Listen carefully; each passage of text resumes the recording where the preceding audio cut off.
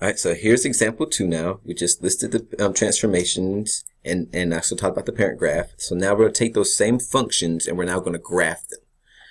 So let's go ahead and example 2. We're going to go back to the same 2 things we had for example 1. I'm going to start off with this one first. So now it's quadratic. And we know that it goes up 3. So when it comes to our graph, and it's important to follow the steps here because that is very vital. And let me do something different because it's not going to be enough space there. Let's bring this down some. Right here. So we know it's going to be a parabola.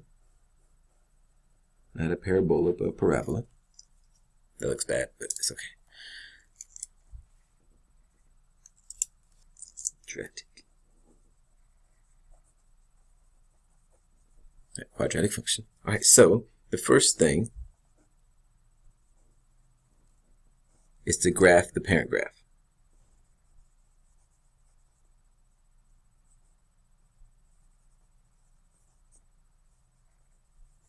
It's always the first thing, graph the parent graph. And this one we're going to graph it with a dotted line because it's not the final graph.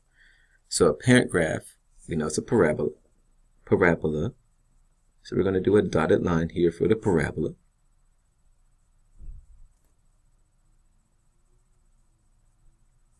Oh yeah, okay, so we have our parent graph.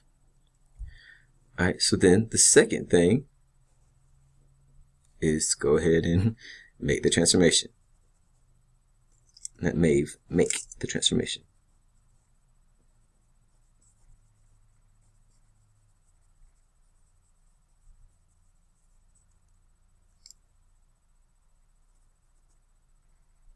Transformation. All right, so we said that the whole graph is going to move up 3.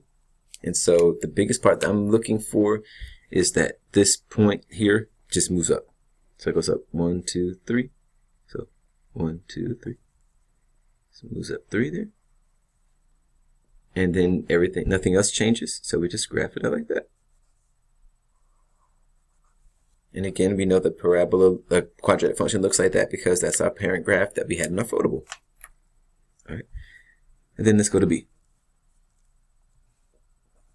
So again, same function here that we had for B for example 1. Again, we know this is cubic. And it's going to go down 4, just 4. And here we do the exact same thing we talk about.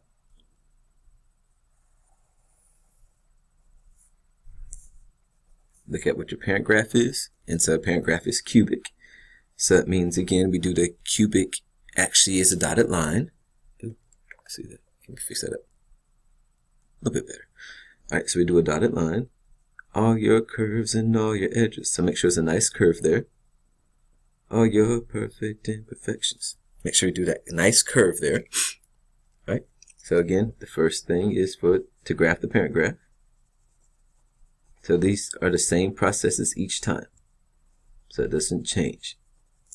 I like things being the same process each time. All right, so then now we have the parent graph there. So now let's go ahead and do transformation. So it means everything. So parent graph there. And also let's do this part. Let's write that down.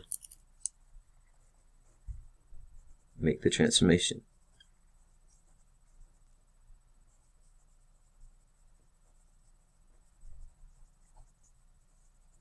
All right, so that means we're going to bring everything down 4.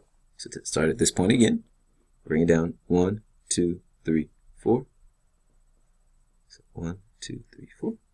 And then we just make everything solid.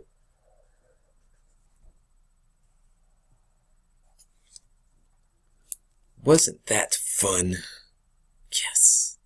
All right, so that's all it is for this first part. So here's practice.